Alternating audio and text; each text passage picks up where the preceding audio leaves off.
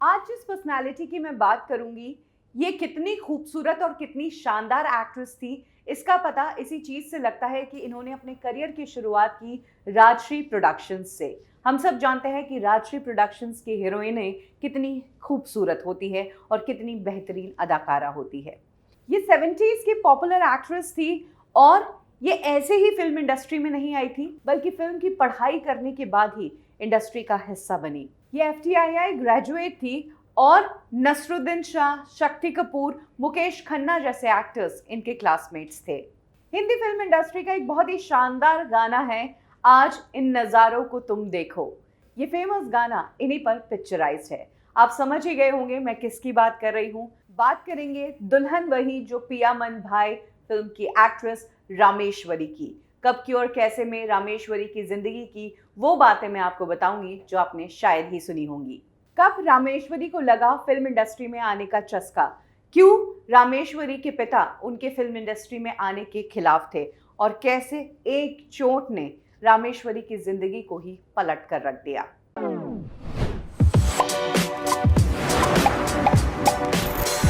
6 जनवरी 1958 में आंध्र प्रदेश में रामेश्वरी का जन्म हुआ। रामेश्वरी के परिवार में उनके पिता, उनकी मदर और उनकी एक बड़ी बहन थी। रामेश्वरी बचपन से ही फिल्में बहुत देखती थी, लेकिन तब तक दिमाग में ये बात नहीं थी कि कभी फिल्म इंडस्ट्री में जाकर वो एक्ट्रेस बनेगी। बस फिल्में देखना बहुत पसंद था और फिल्में देखकर कभी बोर नहीं होती थी। इसी दौरान जब स्कूल की पढ़ाई करने के बाद रामेश्वरी कॉलेज में आई, तब उनके एरिया में एक शूटिंग चल रही थी और उस शूटिंग में एक सीन में बैकग्राउंड में कॉलेज स्टूडेंट्स की ज़रूरत थी। तब रामेश्वरी और उनके फ्रेंड्स को उस सीन के लिए बुलाया गया। रामेश्वरी ने 2-3 दिन तक बैकग्राउंड और पासिंग क्राउड के रूप में उस फिल्म में काम किया और यहाँ से उन्होंने फिल्म इंडस्ट्री को बहुत नज़दीक से देखा और फिल्म इंडस्ट्री में इंटरेस्ट आने लगा। वो फिल्म इंडस्ट्री के बारे में नॉलेज जुटाने लगी। ये वो टाइम था जब शत्रुघ्न सिन्हा जैसे एक्टर्स एफटीआईआई से पढ़कर निकल रहे थे। ये सारी चीज़ें रामेश्वरी सुन रही थी, तो उन्हें ये सब तो पता चल गया था कि फिल्म इंडस्ट्री में जाने का रास्ता एफटीआईआई है। इसी दौरान रामेश्वरी एक मैगजीन पढ़ रही थी, स्टार एंड स्टाइल ये मैगजीन थी, और उस मैगजीन में एफटीआईआई में अप्लाई करने के लिए ऐड था। बस रामेश्वरी ने वो ऐड देखा और एफटीआईआई के लिए अप्लाई कर दिया। जिस वक्त उन्होंने ये काम किया तब उन्होंने घर पे कुछ नहीं बताया था। वो तो बस साइंस सब्जेक्ट की पढ़ाई कर रही थी, बहन उनकी डॉक्टरी की पढ़ाई कर रही थी और रामेश्वरी से भी यही उम्मीद की जा रही थी। लेकिन रामेश्वरी की ज़िंदगी में मोड़ तब आया जब एफटीआईआई में 20,000 स्टूडेंट्स में से उनका सिलेक्शन हो गया और उन्हें एफटीआईआई से कॉल आ गई। अब इधर कॉलेज से बुला रहे हैं और दूसरी तरफ मम्मी पापा को कुछ बताया ही नहीं। मम्मी को मनाना तो आसान था, जो अक्सर केसेस में होता है, लेकिन पापा को कैसे मनाया जाए। ऐसे में रामेश्वरी ने एक दिन जब पापा डिनर करने वाले थे तो उनकी टेबल पर ग्लास के नीचे उनका एडमिशन फॉर्म रख दिया और इसी के ज़रिए उन्होंने बताया कि एफटीआईआई में उनका सिलेक्शन हो गया। इनिशियली पिता ने कुछ शर्तें रखी कि ग्रेजुएशन करो उसके बाद जाओ, लेकिन धीरे धीरे रामेश्वरी ने उनके पिता को मना ही लिया और वो पहुंच गई एफटीआईआई। लेकिन यहाँ पर भी एडजस्ट करना इतना आसान नहीं था। सीनियर जूनियर का गेम, एक अलग ही दुनिया, फिल्म इंडस्ट्री की पढ़ाई, एडजस्ट करने में 4 से 5 महीने लगे।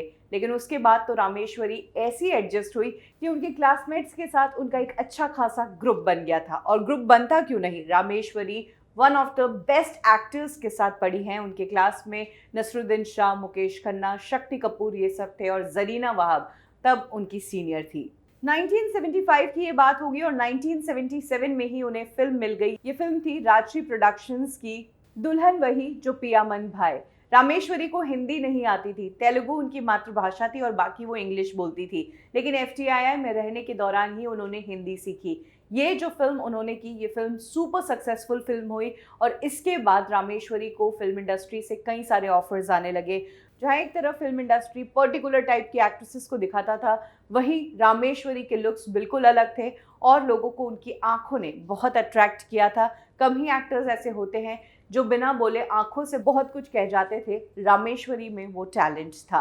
रामेश्वरी हिंदी और साउथ दोनों साइड फिल्में कर रही थी। साउथ में उन्होंने सीता महालक्ष्मी फिल्म की थी और इस फिल्म के लिए भी उन्हें बहुत अवार्ड्स मिले थे, यानी कि रामेश्वरी अपनी पहली ही फिल्मों से स्टार बन चुकी थी। इसी दौरान ईयर 1979 में रामेश्वरी ने एक बार फिर से राजश्री प्रोडक्शंस की एक फिल्म की। ये फिल्म थी सुनैना और इस फिल्म में उनके साथ नसरुद्दीन शाह थे। नसरुद्दीन शाह की ये one of the rare film है जिसमें उन्होंने एक रोमांटिक हीरो के रूप में काम किया था। रामेश्वरी पर ही ये फिल्म फोकस थी और रामेश्वरी थी ही इतनी खूबसूरत, लेकिन उन्हें नहीं पता था कि इस फिल्म के बाद उनके साथ ऐसा कुछ हो जाएगा कि उसके बाद उनकी ज़िंदगी वैसी नहीं रहेगी जैसी पहले थी। जी हाँ, सुनैना फिल्म की शूटिंग ऑलमोस्ट कंप्लीट हो चुकी थी। फिल्म का लास्ट स्केड्यूल शूट होना बाकी था, उसमें घोड़े पर बैठने का एक सीन था और हॉर्स राइडिंग भी करनी थी। रामेश्वरी को हॉर्स राइडिंग नहीं आती थी, उन्होंने ताराचंद बड़जात्या को ये बात बता दी थी, लेकिन क्रू मेंबर्स और शूट टीम ने उन्हें इंश्योर किया था कि आप चिंता मत करो, हम सब हैं, घोड़े को हम संभाल लेंगे, आप बस घोड़े पे बैठिए। लेकिन इसी दौरान रामेश्वरी घोड़े पर बैठती है और घोड़े के साथ कुछ ऐसा इंसिडेंट होता है कि रामेश्वरी घोड़े से कूद पड़ती है और इस दौरान उनको आंख में गंभीर चोट आ जाती है। उनकी आंख से खून बहने लगता है और पूरे चेहरे पर स्वेलिंग आ जाती है। हालांकि रामेश्वरी ने कुछ दिनों के ब्रेक के बाद शूटिंग फिर से जारी रखी, लेकिन आंख की प्रॉब्लम उन्हें तब भी हो रही थी। रामेश्वरी ने खुद एक इंटरव्यू में बताया कि तकरीबन 9 महीने तक इस इंसिडेंट के बाद उन्होंने 2-3 फिल्मों का काम और किया। चाहे वो कैसी भी लग रही थी, लेकिन वो कमिटमेंट की पक्की थी, तो उन्होंने अपना काम कंप्लीट किया। फाइनली 9 महीनों बाद उन्होंने अपनी आंख का इलाज करवाया। वो न्यूयॉर्क गई अपने इस ट्रीटमेंट के लिए और ये पूरा खर्चा राजश्री प्रोडक्शंस ने ही उठाया, क्योंकि ये इंसिडेंट उन्हीं की फिल्म की शूटिंग के दौरान हुआ था। अब हम सब जानते हैं कि फिल्म इंडस्ट्री में एक्ट्रेसेस को कैसी वो एक्टिंग करती है उसके रूप में नहीं, बल्कि वो कितनी खूबसूरत है इस पर ज़्यादा फोकस दिया जाता है। ये तब भी होता था और ये आज भी हो रहा है। रामेश्वरी के साथ भी ऐसा ही हुआ। आँख पे लगने वाले इंसिडेंट की बात जो है पूरी इंडस्ट्री में आग की तरह फैल गई और जब रामेश्वरी अपना आँख का ट्रीटमेंट करवा कर वापस लौटी तो उन्हें कई फिल्मों के लिए साइन कर लिया गया था, लेकिन बाद में उन्हें कई फिल्मों से रिप्लेस कर दिया गया। एक तो आँख वाली बात के कारण और दूसरी चीज़ ये कि रामेश्वरी बहुत स्ट्रेट फॉरवर्ड थी। वो ज़रा भी शाय नहीं करती थी किसी को भी पलटकर जवाब देने में। ऐसे में उनकी बात कई एक्टर्स को बुरी लग गई और क्योंकि ये इंडस्ट्री मेल डोमिनेटिंग इंडस्ट्री है, इसीलिए रामेश्वरी को लेकर ये बात फैला दी कि ये तो बहुत मुंहफट है, ये तो बहुत खड़ूस है। और ये कुछ चीज़ें उनके खिलाफ साबित हुई, जिस कारण यंग एज में ही रामेश्वरी के हाथ से फिल्में जाने लगी। खैर, इसके बाद रामेश्वरी ने भी अपने करियर का फोकस शिफ्ट किया।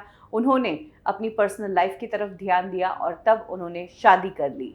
रामेश्वरी ने दीपक सेठ के साथ शादी की, जो कि एक पंजाबी प्रोड्यूसर है और एक्टर भी। और सबसे बड़ी बात, दीपक सेठ रामेश्वरी के कॉलेज टाइम के दोस्त थे। FTII में दोनों सेम क्लास में पढ़े और वहीं से दोनों की गहरी दोस्ती हुई और आगे चलकर दोनों ने शादी की। इसके बाद रामेश्वरी ने अपना घर परिवार देखना शुरू कर दिया। दीपक सेठ के साथ उन्हें 2 बेटे हुए और इसके बाद भी रामेश्वरी को फिल्में तो ऑफर हुई, लेकिन हर बार वो प्रेग्नेंट थी या घर के कामकाज में उलझी थी, इसीलिए उन्होंने कुछ बड़ी फिल्में नहीं ली। हालांकि 90s आते आते फिर से रामेश्वरी ने कम बैक किया और वो कैरेक्टर रोल्स में नजर आई। रामेश्वरी आज भी इंडस्ट्री में एक्टिव है, लेकिन वो बहुत ही सिलेक्टेड प्रोजेक्ट्स करती है। इसके अलावा वो अपने हस्बैंड के साथ उनका बिजनेस संभालती है, साथ ही वो एक स्किन क्लिनिक भी चलाती है। रामेश्वरी की कहानी हमें यही बताती है कि कैसे ज़िंदगी में कई बार ऐसे इंसिडेंट्स हो जाते हैं जो आपकी सारी मेहनत पर पानी फेर देते हैं और आपकी ज़िंदगी को एक अलग ही दिशा में घुमा देते हैं। रामेश्वरी को अगर आँख की वो चोट नहीं लगती तो शायद वो इंडस्ट्री में और भी फिल्में करती, लेकिन शायद उनकी किस्मत को यही मंजूर था। खूबसूरत होने के बावजूद, अच्छी एक्ट्रेस होने के बावजूद उनका करियर इतना लंबा नहीं चल पाया। रामेश्वरी की कौन सी फिल्म, उनका कौन सा गाना आपको याद है? कमेंट सेक्शन में ज़रूर शेयर करें।